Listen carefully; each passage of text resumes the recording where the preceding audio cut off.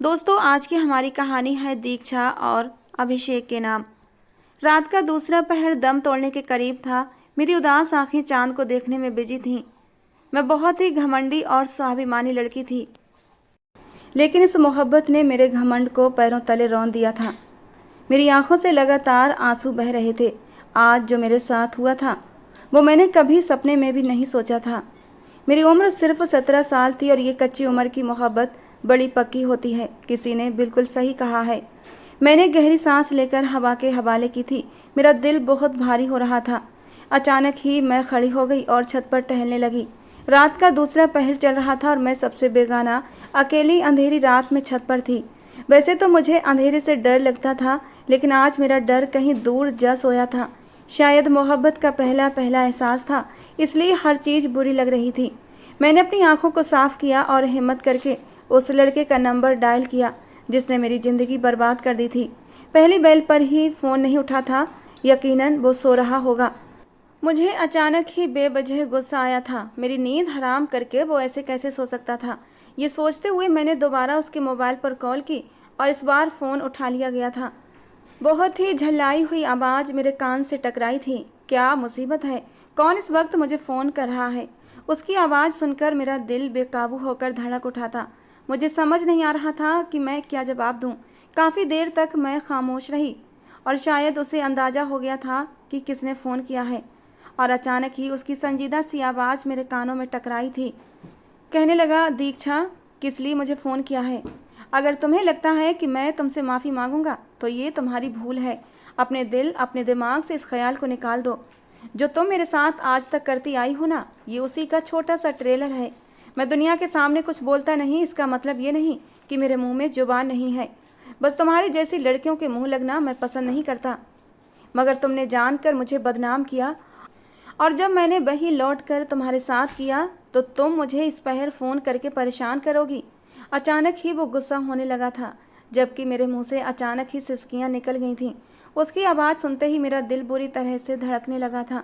वो मुझे रोता महसूस करके कुछ देर के लिए खामोश हो गया था और फिर कुछ पल बाद उसने बस ये बोलकर मोबाइल बंद कर दिया कि देखो, मैंने तुम्हारे साथ ऐसा भी कुछ गलत नहीं किया है कि तुम रो रो कर अपनी हालत का कसूरवार मुझे ठहराओ। अपने ऊपर गौर करो। तुम्हारी उम्र खेलने कूदने की है और चली हो एक लड़के से मुकाबला करने। ये बोलकर उसने मोबाइल बंद कर दिया था। मैं 17 साल की थी, लेकिन जवानी की दहलीज पर कदम रख चुकी थी। अभी तो मेरा स्कूल ख़त्म होने वाला था। उसका मोबाइल बंद होते ही मैं छत पर बैठ गई थी। खुले आसमान के नीचे मेरी सिसकियां गूंज रही थीं। मुझे मालूम ही नहीं था कि मेरे साथ क्या हो रहा है। मैं अपने दिल की हालत किसको बताती, किसको समझाती। शायद मैं नादानी कर रही थी या फिर कुछ और, मगर मैंने अपने आप को इस तरह ही बिखरने दिया था। मेरी आंखों में के सामने वो तमाम मंजर घूमने लगे थे जो उस लड़के ने मेरे साथ किया था और मैंने जो उसके साथ किया था। सारे दृश्य एक एक करके मेरी आंखों के सामने आने लगे थे। मेरी उम्र 17 साल है। मेरा नाम दीक्षा है और मैं क्लास 10वीं की स्टूडेंट हूँ। मैं और अभिषेक एक ही क्लास में पढ़ते हैं। भगवान की तरफ से मुझे हर चीज़ मिली थी, इसलिए घमंड अपने आप ही मुझ में आ गया था। मेरे पापा एक बहुत बड़े रईस आदमी हैं। हमारा ख़ानदानी कारोबार था, इसलिए हम ज़रूरत से ज़्यादा अमीर थे। और खूबसूरती भगवान की देन है। कहते हैं कि जब दौलत आती है तो खूबसूरती और नजाकत भी आ ही जाती है। यही हाल मेरा था। पूरा स्कूल मुझ पर मरता था, लेकिन मेरी घमंडी तबीयत किसी को भी मेरे करीब आने की इजाज़त नहीं देती थी। मैं क्लास 9वीं से ही लड़कों से बहुत दूर रहने वाली लड़की थी। ज़्यादा किसी को दोस्त बनाना मैं पसंद नहीं करती थी। मेरे ज़्यादा दोस्त मेरे टीचर ही हुआ करते थे। हर लड़के को मैं जूती की नोक पर रखना पसंद करती थी। 9वीं क्लास का पहला दिन था जब एक लड़का हमारी क्लास में दाखिल हुआ था। मैं अपनी कुछ सहेलियों के साथ बैठी हंसी मजाक में बिजी थी कि अचानक ही वो लड़का मेरी जगह पर आकर बैठ गया था। मेरा गुस्से से बुरा हाल हो गया था। उसकी हालत ये बताने के लिए काफ़ी थी कि वो लड़का काफ़ी गरीब है। सस्ता सा बैग, बिना यूनिफॉर्म के वो लड़का बहुत ही गरीब घराने का लग रहा था। मगर एक बात थी, वो गरीबी में भी कयामत ढाता था। पहली बार किसी को देखकर मेरा दिल धड़का था, मगर मेरी अना ये गवारा नहीं करती थी कि कोई मेरी जगह आकर बैठ जाए। मैं 8वीं कक्षा से ही इसी जगह पर बैठती आ रही थी। फौरन ही क्लास में शोर मच गया था कि दीक्षा की जगह पर कोई नया लड़का बैठ गया है। सभी मुझे चिढ़ाने लगे थे, जबकि मैं एक पल में आग बबूला हो गई थी और फौरन ही उस लड़के के सिर पर खड़ी होकर गुस्से से बोली थी, खड़े हो जाओ यहाँ से, ये मेरी जगह है और यहाँ पर सिर्फ दीक्षा बैठ सकती है, इसके अलावा कोई नहीं। जबकि वो मुझे देखते हुए हैरानी से बोला, क्यों, क्या यहाँ पर आपका नाम लिखा है? जबकि उसकी बात सुनकर मेरा पारा एकदम से हाई हो गया था। ये इकलौता लड़का था जो मुझसे इस तरह बात कर रहा था। मैंने कहा, दिमाग जगह पर है तुम्हारा, या मैं तुम्हारा दिमाग ठीक करूं? अचानक ही मैं गुस्से से चिंगारी थी, जबकि वो खामोशी से मेरी जगह छोड़कर खड़ा हो गया था। मैं समझी शायद वो मेरा मुकाबला करेगा, मुझे जवाब देगा, लेकिन उसने दोबारा मेरी बात का जवाब नहीं दिया, बल्कि खामोशी से पीछे वाली सीट पर जाकर बैठ गया था। सब हैरान होकर उस लड़के को देख रहे थे और फिर अचानक ही मुझे लेकर बातें शुरू हो गई थीं कि उस लड़के ने तुम्हें मुंह लगाना जरूरी नहीं समझा। और भी अजीब अजीब बातें लड़कों के ग्रुप में हो रही थीं जो मेरा खून जलाने के लिए काफ़ी थीं। मैंने खून खौलती नज़रों से उस गरीब से लड़के को देखा था और सोच लिया था कि मैं इसकी ज़िंदगी हराम कर दूंगी, लेकिन मुझे पता ही नहीं था कि इंसान मेरे दिल की दुनिया किस तरह हिलाकर रख देगा। वक्त अपनी रफ्तार के मुताबिक गुजरने लगा था। हमें 9वीं क्लास में 2 महीने हो चुके थे और जो हैसियत क्लास में मेरी थी, टीचर अब धीरे धीरे उस नए लड़के को देने लगे थे। एक तो वो रेगुलर था, दूसरा बहुत ही काबिल स्टूडेंट था।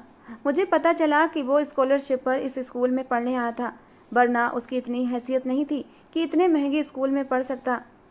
हमारी क्लास में जितने भी लड़के पढ़ते थे, सबके सभी निकम्मे थे, इसलिए लड़कियों और लड़कों में सबसे आगे मुझे ही माना जाता था।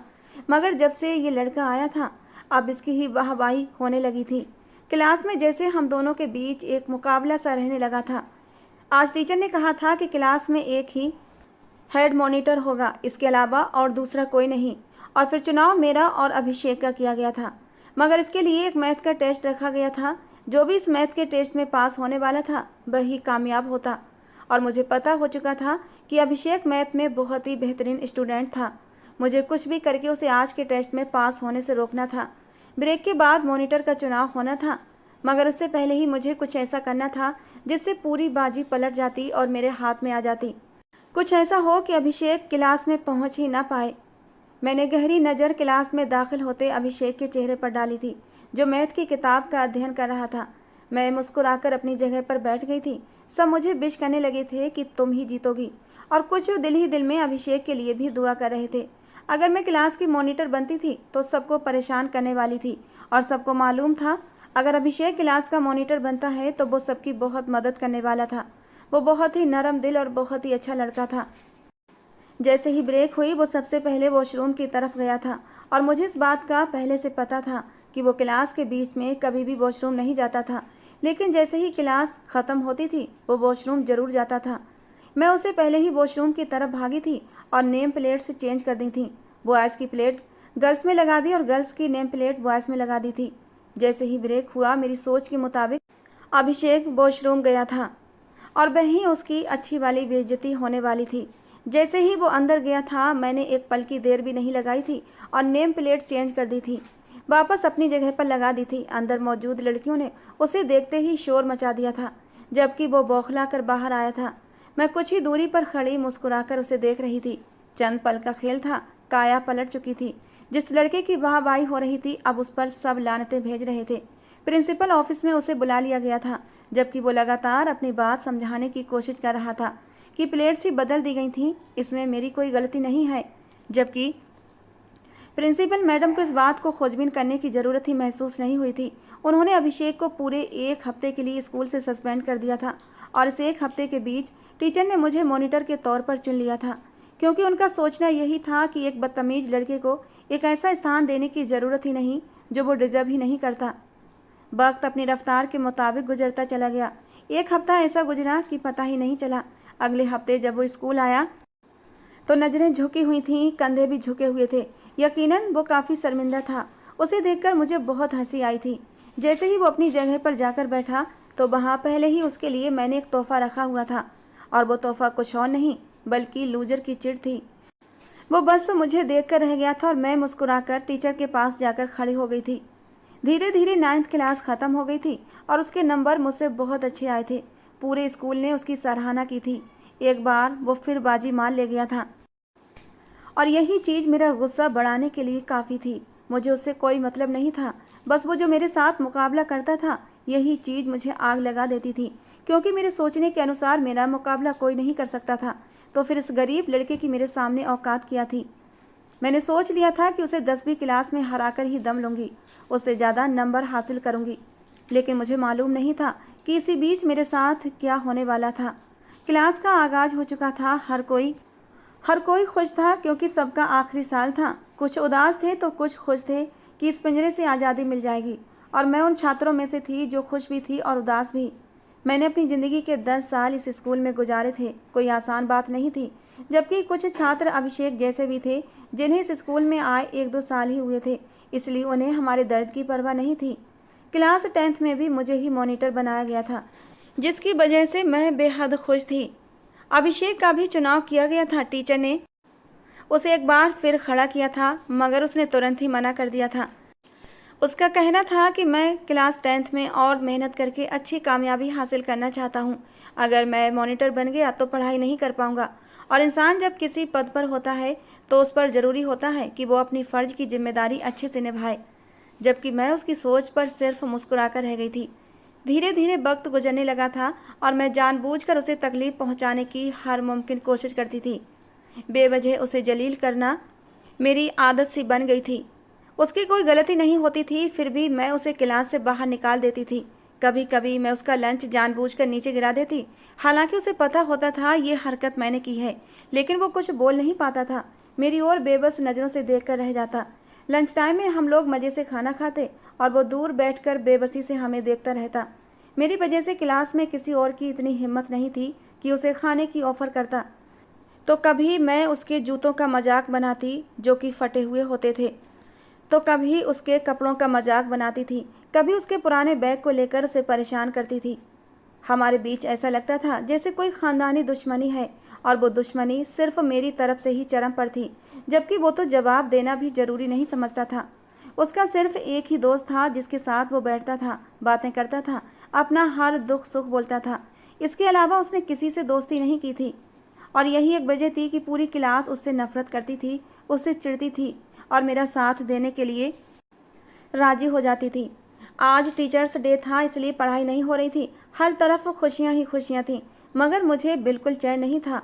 हम स्टूडेंट अपनी पसंदीदा टीचर्स के लिए कोई ना कोई तोहफा लाए थे। बेकाबू होकर मेरी नज़र अभिषेक पर गई थी। उसके हाथ में एक मामूली सा गुलाब का फूल था, और मुझे पता था कि वो किसके लिए लाया है। मैंने सोच लिया था आज इसका मजाक कैसे उड़ाना है, लेकिन मुझे नहीं मालूम था आज के दिन के बाद मेरी ज़िंदगी किस तरह बदलने वाली है। हमारी क्लास की मिस टीना उसकी पसंदीदा टीचर थी। वो उनसे सबसे ज़्यादा लगाव रखता था। जैसे ही वो मिस टीना को फूल देने के लिए खड़ा हुआ, अचानक मैंने उसके रास्ते में अपना पैर अड़ा दिया, और वो तुरंत ही मुंह के बल सबके सामने ज़मीन पर गिर पड़ा, और मैं ज़ोर से ठहाका लगाते हुए बोली, एक 10 रुपये का फूल भी तुमसे नहीं संभाला गया, आगे क्या ही ज़िंदगी संभालोगे। मेरी बात पर सब लोग हंस पड़े थे। सबकी नज़र उसके हाथ में मौजूद फूल पर गई थी, और एक बार फिर हंसी का तूफान उठकर खड़ा हुआ था। टीचर सबको चुप करवाने लगी थीं, मगर मुझे मालूम था कि वो भी मुस्कुरा रही थीं। यकीनन उन्हें इतने छोटे तोहफे की उम्मीद नहीं थी। मुझे पता था कि हमारे स्कूल में मौजूद हर टीचर अमीर थे, और उन्हें बच्चों से महंगे तोहफे की ही उम्मीद थी। मैं उसी पल खड़ी हुई। वो अपने कपड़े झाड़ रहा था और अपना फूल उठाने के लिए झुका था, लेकिन उससे पहले ही मैंने उसके गुलाब के फूल पर पैर रखकर उसे मसल दिया था, और मिस टीना के सामने कीमती तोहफा पेश करते हुए मोहब्बत भरे लहजे में कहा, एक खूबसूरत टीचर के लिए खूबसूरत सा तोहफा। पूरी क्लास तालियों से गूंज उठी थी, और मैंने एक मुस्कुराती हुई नज़र अभिषेक पर डाली थी, जबकि वो खामोश नज़रों से मुझे देखकर अपनी जगह पर जाकर बैठ गया था। मेरा आज का हिसाब चुकता हो चुका था। अब मैंने सोच लिया था कि आज के दिन अभिषेक को बिल्कुल परेशान नहीं करूँगी, और ना ही उसकी गरीबी का मजाक उड़ाऊँगी। ये सब कुछ कल से शुरू होगा। लेकिन कुछ देर बाद अचानक ही मुझे ऐसा महसूस हुआ जैसे कोई मुझे घूर रहा है। किसी की आंखों की तपिश मेरा वजूद पिघला रही थी। मैंने बेकाबू होकर निगाहें घुमाकर उसे ढूंढना चाहा, मगर कोई भी ऐसा वहाँ मौजूद नहीं था जिसका ध्यान मुझ पर हो।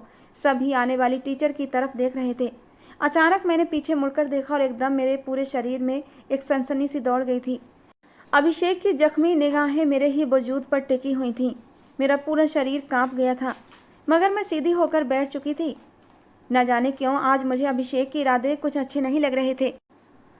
मैंने खुद को मजबूत करते हुए फौरन ही सोचा, अगर इसने मेरे साथ कुछ भी गलत करने की कोशिश की तो मैं इसे इसकी नानी याद दिला दूंगी। ये जानता नहीं कि दीक्षा आखिर चीज़ क्या है। मगर मुझे मालूम नहीं था कि अभिषेक किस बला का नाम है। जैसे ही छुट्टी का वक्त हुआ मैं फ़ौरन ही उछलती कूदती क्लास से बाहर आई थी। मेरी आदत में शुमार था कि मैं सबसे आखिर में स्कूल से बाहर निकलती थी। एक तो मेरे सिर पर काफ़ी जिम्मेदारियां थीं। क्लास की मॉनिटर थी तो पूरी क्लास को मुझे ही संभालना पड़ता था। स्कूल के जब सारे बच्चे बाहर नहीं चले जाते थे मैं नहीं जा सकती थी। सब बच्चों के जाने के बाद मैंने मिस टीना को अलविदा कहा और अपने कदम बाहर की तरफ बढ़ाए थे, लेकिन अचानक ही किसी का मर्दाना हाथ मेरे लबों तक आया था। मेरे हलक की चीख किसी ने घोंट दी थी और मुझे खींचते हुए पीछे की तरफ खींचा था। मुझे अपना सांस रुकता हुआ महसूस हो रहा था। मैं हाथ पांव चलाकर उस इंसान को दूर करना चाहती थी, लेकिन वो मुझे घसीटता हुआ स्कूल के पीछे हिस्से की तरफ ले आया था। जैसे ही मैंने उस शख्स का चेहरा देखा तो मेरे शरीर के रोंगटे खड़े हो गए थे। मुझे खौफ महसूस होने लगा था। मुझे क्लास में ही मालूम हो गया था कि अभिषेक आज हुई बेइज्जती का बदला जरूर लेगा। उसकी इज्जत पर बात आ गई थी और मुझे नहीं लगता था कि वो मुझे आज माफ़ करेगा। और मेरे सोचने के ठीक अनुसार उस शख्स ने मुझसे बदला लेने के लिए मुझे दबोच लिया था। वो मुझे देखते हुए गुस्से से बोला, बहुत शौक है ना तुम्हें मेरी बेइज्जती करने का, मेरा मजाक उड़ाने का, हर जगह मेरी बदनामी करने का। मगर आज मैं तुम्हें बताऊंगा कि असल बदनामी क्या होती है। आज मैं तुम्हें बताऊंगा कि असल बेइज्जती का दर्द आखिर क्या होता है। ये कहते ही उसने अपने कदम मेरी तरफ बढ़ाए थे, जबकि मेरा दिल धड़कना भूल चुका था। मैं चीखना चाहती थी लेकिन मेरे लब सिल चुके थे। मेरे चीखने का कोई फ़ायदा भी नहीं था क्योंकि पूरा स्कूल लगभग खाली हो चुका था और ऑफिस भी यहाँ से काफ़ी दूर पर था। मैं फटी फटी निगाहों से अभिषेक को देख रही थी। मुझे अपना आप कांपता हुआ महसूस हो रहा था। आज मैं उसके सामने कमज़ोर और वो बहुत ताकतवर मर्द लग रहा था। न्यूज़ और टीवी चैनल पर घूमने वाली खबरों ने मेरे डर को और भी बढ़ावा दिया था कि किस तरह बदले की आग में जलकर लड़के लड़कियों की जिंदगियां बर्बाद कर देते हैं। अचानक ही मैंने उसके आगे हाथ जोड़ दिए थे। मैंने उसे कहा, देखो मैं तुम्हारे साथ अब कुछ नहीं करूँगी, प्लीज़ मुझे जाने दो। जबकि मैं मन ही मन ये ठान चुकी थी कि अगर आज मैं उसकी पकड़ से निकल गई तो उसके साथ कुछ ऐसा करूँगी जिसकी कोई हद नहीं। लेकिन उसने अपनी गर्दन नामे हिलाई और मुझे देखते हुए बोला, ये मुझे मालूम है कि तुम ये सब क्यों कह रही हो। तुम्हारी आंखें सब बता रही हैं कि तुम्हारे इरादे कितने ख़तरनाक हैं, मगर मैं इन इरादों को मिट्टी में मिलाना अच्छे से जानता हूँ। ये कहते ही उसने मेरे दाएं बाएं अपने हाथ रखे थे। मैं सांस रोके उसे देख रही थी। इस 1.5 साल के दौरान उसने आज तक ऐसी कोई हरकत नहीं की थी जिससे ये जाहिर होता कि वो इतना बेबाक है। वो बिना मेरी हालत की परवाह किए हुए मेरी गर्दन पर अपना चेहरा छिपा चुका था। मुझे उसकी दाढ़ी की चुभन अपनी गर्दन पर महसूस हो रही थी। मैं सांस रोके खड़ी थी और अचानक ही मेरा दर्द से बुरा हाल हो गया था। उसने अपने दांत मेरी गर्दन में गड़ा दिए थे। मैं तकलीफ से चीखती से पहले ही उसने मेरी आवाज़ का गला घोंट दिया था। क्या आज ये शख्स मेरी इज्जत को तार तार करने वाला था? क्या आज ये मुझे बर्बाद करने वाला था? ऐसे कई सवाल मेरे दिमाग में घूम रहे थे। मैं घुटी घुटी आवाज़ में बोली, भगवान के लिए मुझे माफ़ कर दो। मैं तुम्हारे हाथ जोड़कर विनती करती हूँ, मैं अब दोबारा ऐसी कोई हरकत नहीं करूँगी। और तभी अचानक उसने अपना हाथ मेरे कमर पर फेरा और ये बेबाक स्पर्श मुझे मारने के लिए काफ़ी था। उसके हाथ मेरी कमर पर बेबाक तरीके से घूम रहे थे और उसके होंठ मेरे गाल पर थे। वो मेरे कान में फुसफुसाते हुए बोला, स्वीट हार्ट, अगर मुझे पहले पता होता कि तुम इतनी नमकीन हो तो पहले ही तुम्हारे करीब आकर तुम्हारी बोलती बंद कर देता। ये कहते हुए और मेरी आंखों में देखते हुए बोला, क्या ख्याल है किसी होटल के कमरे में चलें या फिर यहीं पर शुरू हो जाए। मैं बिल्कुल स्तब्ध थी। मैं कुछ भी नहीं बोल पा रही थी। डर के मारे मेरी आवाज़ गले में ही बंद हो गई थी। वो बिना सोचे समझे इस बार मेरे होंठों पर झुका था और ये स्पर्श इतना बेबाक था कि मेरा पूरा शरीर कांप उठा था। वो अचानक ही मेरी धड़कनों को दबोचता इससे पहले ही वो झटका खाकर मुझसे दूर हुआ और मेरे बालों को अपनी मजबूत पकड़ में लेते हुए बोला, मेरी बात अपने इस भेजे में बिठा लेना। मेरा नाम अभिषेक है। मैं खामोश हूँ इसका मतलब ये नहीं कि मैं डरपोक हूँ। मैं सिर्फ इज्जत की खातिर चुप रहता हूँ। हाँ, मैं गरीब लड़का हूँ, लेकिन मुझ में इतनी काबिलियत है कि तुम जैसी घमंडी, खुदगर्ज और अमीर लड़की को अपने कदमों तले रौंद सकता हूँ। लेकिन मुझे एक औरत की इज्जत करना अच्छे से आता है। मैं तुम जैसा बेशर्म इंसान नहीं हूँ जो किसी की इज्जत के साथ खेले। टॉयलेट की प्लेट्स बदल दो, लूजर की चिट लगा दो, मेरे कपड़े, मेरे जूते, मेरे बैग्स का मजाक बनाओ, प्यार से दिए गए गुलाब के फूल का मजाक बनाओ। तुम क्या समझोगी एक सच्चे जज्बात को जिसका दिल ही कोरा है? तुम एक बहुत ही गिरी हुई लड़की हो जिसे सिर्फ अपनी ही परवाह है। और एक बात मेरी हमेशा याद रखना। अचानक उसने मेरा जबड़ा अपनी मजबूत पकड़ में थाम लिया था और मेरी आंखों में देखते हुए गुस्से से गुर्राया। ये जो तुम खूबसूरत चेहरा लिए फिरती हो ना, ये हर जगह काम नहीं आता। जब भविष्य में तुम्हारी कहीं शादी होगी तो याद रखना, ये खूबसूरत चेहरा तलाक का धब्बा अपने चेहरे पर लगाएगा, क्योंकि मर्द को बदसूरत बीवी कबूल होती है लेकिन बदजुबान नहीं। ये कहते ही उसने मुझे झटके से छोड़ा था और मैं दीवार के सहारे खुद को संभाल पाई थी। वो मुझे वहीं तन्हा छोड़कर लंबी लंबी चाल से चला गया था और मैं वहीं दीवार के सहारे बैठती चली गई थी। मैं गहरी सोच में पड़ चुकी थी। मेरे कानों में लगातार एक ही बात गूंज रही थी कि मर्द बदसूरत बीवी बर्दाश्त कर लेता है लेकिन बदजुबान बीवी नहीं। मैंने बड़ी मुश्किल से खुद को संभाला और घर की राह ली थी। बालों की मदद से अपनी गर्दन पर मौजूद उस निशान को छुपा लिया था। मेरे हाथ पैर बुरी तरह कांप रहे थे, मेरे जिस्म का रोम रोम कांप रहा था, मगर मुझे नहीं पता था कि इस दिन मैं किस हद तक बदल जाऊंगी। एक लम्हे के लिए भी मुझे यह एहसास नहीं हुआ था कि उसने मेरे साथ क्या किया है, बल्कि मैं उसके अंदाज और उसकी बातों को ही सोचती जा रही थी। मुझे तो अभिषेक से नफरत महसूस होनी चाहिए थी, उसके खिलाफ प्रिंसिपल से कंप्लेंट करनी चाहिए थी, अपने पापा को बताना चाहिए था, वो उसके होश ठिकाने लगा देते। लेकिन मैंने ऐसा कुछ भी नहीं किया था। मैं घर आकर आईने के सामने आकर खड़ी हो गई थी और अपने आप को निहार रही थी। मेरे हाथ खुद ब खुद मेरे होंठों पर जाकर टिक गए थे जहाँ पर अभिषेक ने अपने होंठ रखे थे। होंठों से होते हुए मेरे हाथ मेरी गर्दन पर गए थे। मैंने अपने बाल हटाए जहाँ अभिषेक ने अपने दांत गड़ाकर वहाँ पर गहरा जख्म का निशान बना दिया था। हल्का सा खून भी वहाँ से रिस रहा था, लेकिन मुझे उसमें दर्द महसूस नहीं हो रहा था, बल्कि एक अजीब सा सुरूर था, नशा था जो मेरी नस नस में समा गया था। दोपहर से शाम हो गई थी और शाम से रात, मगर मेरा हाल बिल्कुल एक जैसा था। और अब रात के दूसरे पहर मुझे अपनी मोहब्बत का एहसास हो चुका था कि मैं उस इंसान से इश्क कर बैठी हूँ। तभी तो हर वक्त मैं उस पर नज़र रखती थी कि वो क्या कर रहा है, किससे बात कर रहा है, कहाँ जा रहा है। और ये बात हकीकत थी। जब वो स्कूल नहीं आता था तो मेरी नज़रें उसे ढूंढती थीं, उसी पर टिकी रहती थीं। और आज उसका करीब आकर मेरे जज्बात को भड़का देना, मेरे दिल में उसकी मोहब्बत जगा गया था। उसकी बातें मेरे दिल को लगी थीं और मैं इस अमीर और गरीब के फ़र्क को भूल चुकी थी।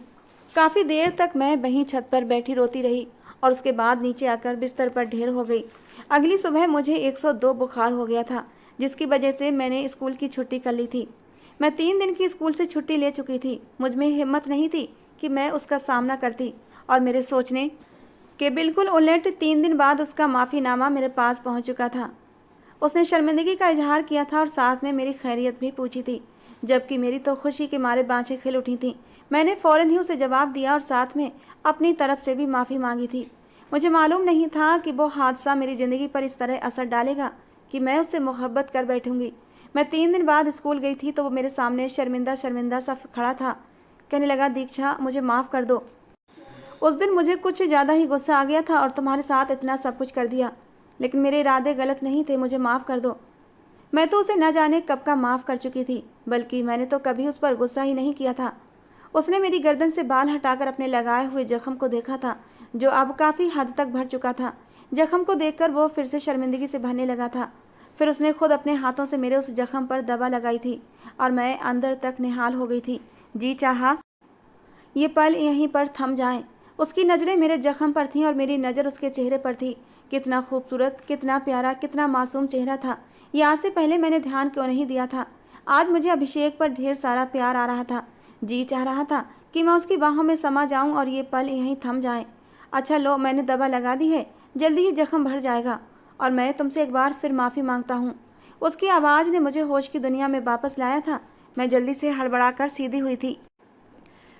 धीरे धीरे वक्त गुजरने लगा था और हम दोनों के बीच बहुत अच्छी दोस्ती हो गई थी। हमने लड़ना झगड़ना बिल्कुल छोड़ दिया था। मॉनिटर का बैज भी मैंने मैम को वापस कर दिया था कि मुझे अब इसकी ज़रूरत नहीं है, क्योंकि जिसके साथ मैं मुकाबला करना चाहती थी अब वही मेरा बहुत अच्छा दोस्त था। हमारा 10th कुछ महीनों बाद पूरा हो गया था और हम दोनों के नंबर बिल्कुल एक जैसे आए थे। हम दोनों ही एक दूसरे के लिए बहुत खुश थे। उसने कई बार इस बात का इजहार भी किया था और फिर हमने मिलकर ये फैसला लिया हम दोनों एक ही कॉलेज में एडमिशन लेंगे। हम दोनों रोज़ एक साथ ही कॉलेज जाते थे। मैं चाहती तो एक अच्छे कॉलेज में एडमिशन ले सकती थी, मगर सिर्फ उसकी खातिर मैंने एक साधारण कॉलेज में एडमिशन लिया था, क्योंकि मुझे पता था वो ज़्यादा फीस अफोर्ड नहीं कर सकता। कई बार मैंने उसे ऑफ़र भी किया था कि मैं तुम्हारे लिए कुछ कर सकती हूँ, लेकिन उसने मना कर दिया था। उसका कहना था कि दोस्ती के बीच पैसा नहीं आना चाहिए, दोस्ती ख़राब होती है। मुझे उसकी ये सोच समझ नहीं आती थी। मैंने आज तक अभिषेक को ये जाहिर नहीं होने दिया था कि मैं उससे मोहब्बत कर बैठी हूँ। मैं कभी कभी अपने जज्बात का इजहार करने की कोशिश करती थी, मगर उसका रुझान सिर्फ पढ़ाई पर था। वो केवल और केवल अपना करियर बनाना चाहता था। उसका कहना था कि उसने अपनी ज़िंदगी में बहुत मेहनत की है, अगर वो कॉलेज तक आया है तो सिर्फ और सिर्फ अपनी मेहनत से। और जब मैं एक दिन उसके घर गई थी तो मैंने उसके हालात देखे थे और मुझे उसकी गरीबी का बहुत अच्छे से अंदाज़ा हो गया था। मैं चाहती तो अपने कदम वापस ले सकती थी, लेकिन अब मैं इश्क में उस मुकाम पर थी जहां वापसी की कोई गुंजाइश नहीं थी। वक्त धीरे धीरे गुजर रहा था, हम दोनों का कॉलेज भी पूरा हो गया था और अब हमने साथ ही यूनिवर्सिटी में एडमिशन लिया था। कभी कभी मैं डर जाती थी कि अगर अभिषेक के दिल में कोई और लड़की आ गई तो मैं क्या करूँगी। मुझे अभिषेक को अपनी हालत के बारे में बता देना चाहिए, लेकिन मुझे डर था कि कहीं मैं अपना एक अच्छा दोस्त न खो दूँ। मेरे पापा मेरे लिए अच्छे रिश्ते तलाश करने लगे थे, और जब उस दिन मैंने अभिषेक को बताया कि पापा मेरे लिए रिश्ता तलाश कर रहे हैं तो एक पल के लिए वो चुप हो गया था। वो वहाँ से उठकर जाने लगा तो मैंने उसका हाथ पकड़ लिया। मैंने कहा, अभिषेक, जो दिल में हो उसे ज़बान पर लाना चाहिए, वरना देर हो गई तो हाथ कुछ भी नहीं आएगा। मैं जानती थी अभिषेक मुझसे मोहब्बत तो करता है, लेकिन इजहार करने से डरता था, और मेरी इतनी हिम्मत बढ़ाने पर वो मेरे सामने आकर बैठ गया था। आंखों के किनारे उसके गीले हो चुके थे। कहने लगा, दीक्षा, मैं तुमसे मोहब्बत करता हूँ, मुझे तुमसे इजहार करने में कोई दिक्कत नहीं, लेकिन मुझे तुम्हारे और अपने बीच का अंतर अच्छे से पता है। मैं तुम्हें कभी नहीं पा सकता। तुम आसमान का चांद हो और मैं ज़मीन की खाक हूँ, हमारा मेल नहीं हो सकता। तुम्हारे पापा मुझे कभी दामाद के रूप में नहीं अपनाएंगे। और मैं तो अभिषेक की इजहार मोहब्बत पर खिल उठी थी, अचानक ही उसकी बाहों में लिपट गई थी। मैंने कहा, अभिषेक, कितनी देर लगा दी तुमने ये कहने में कि तुम मुझसे प्यार करते हो। मैं कब से तुम्हारे मुंह से ये सुनना चाहती थी। मैंने कहा, तुम बिल्कुल भी चिंता मत करो, मैं पापा को रोक कर रखूँगी। जब तुम इस काबिल हो जाओ कि मेरा हाथ पापा से मांग सको तो आ जाना। मेरे पापा पैसे से ज़्यादा टैलेंट को ऊपर रखते हैं, और तुम्हारे अंदर कुछ करने का जुनून भरा हुआ है। मेरे पापा तुम्हारे रिश्ते को मना नहीं करेंगे। और अगले दिन जब पापा ने मेरी शादी की बात की तो मैंने उन्हें साफ मना कर दिया कि मैं शादी अपनी पसंद से करूँगी, और मेरे रिश्ते के लिए आपको परेशान होने की ज़रूरत नहीं है। वे मेरे बारे में अच्छी तरह से जानकार थे। उन्होंने मुझे पहले ही आगाह कर दिया था कि मैं तुम्हारी शादी किसी भी मिडिल क्लास परिवार में नहीं करूँगा, जबकि मैंने उस समय खामोश रहने में ही समझदारी जानी थी। मुझे पता था अभिषेक एक टैलेंटेड लड़का है, वो कुछ ना कुछ करके एक दिन खुद को ज़रूर कामयाब करेगा, और मेरी सोच के मुताबिक उसने वो कर दिखाया था। यूनिवर्सिटी का अंत होते ही उसे स्कॉलरशिप मिल गई थी और वो बाहर चला गया था। उसने मुझसे वादा लिया था कि वो लौट कर आएगा, बस मुझे कुछ साल इंतज़ार करना है। एयरपोर्ट पर उसने मुझे प्रपोज किया था और मुझसे वादा लिया था। मेरी खुशी का ठिकाना नहीं रहा था। मुझे यकीन नहीं आ रहा था कि मेरी मंजिल पूरी होने वाली है। उसके जाते ही पापा ने मुझ पर शादी का दबाव डाल दिया था, मगर मैं साफ साफ कह चुकी थी कि मैं शादी सिर्फ और सिर्फ अभिषेक से करूँगी। और जब पापा को ये बात पता चली कि वो बाहर गया है तो वो कुछ पल के लिए रुक गए थे, और लगभग 5 साल बाद वो लौटा था। उसे देखकर मैं अपनी जगह जमकर रह गई थी। उसकी पर्सनालिटी में ऐसा निखार आया था कि मैं हैरान रह गई थी। इन 5 सालों के अंतराल में एक भी दिन ऐसा नहीं था जिसमें मैंने अभिषेक से संपर्क न किया हो। वो तो वीडियो कॉल से भी ज़्यादा हकीकत में खूबसूरत हो गया था। उसने आते ही मुझे सीने से लगा लिया था और सबके सामने ही मुझे डायमंड रिंग पहनाई थी। मैं तो खुशी से निहाल हो गई थी। उसने वाकई खुद को बना लिया था और अपने वादे के अनुसार मुझे अपना भी लिया था। लोगों ने मुझसे कहा था कि अभिषेक तुम्हें धोखा देगा, क्योंकि स्कूल की मोहब्बत कामयाब नहीं होती, वो सिर्फ बचपना होती है। मगर अभिषेक ने हमारी मोहब्बत को पूरा किया था और हमारी मोहब्बत को अमर भी कर दिया था। दोस्तों, आज की हमारी कहानी थी दीक्षा और अभिषेक के नाम। आपको कैसी लगी ज़रूर बताना। पसंद आई हो तो प्लीज़ लाइक करना। रोज़ एक नई कहानी सुनने के लिए हमारे चैनल को भी सब्सक्राइब करना। अपने नाम की स्टोरी लिखवाने के लिए दोस्तों अपने नाम मुझे नीचे कमेंट बॉक्स में देना। मैं आपके नाम की स्टोरी भी लेकर ज़रूर आऊँगी।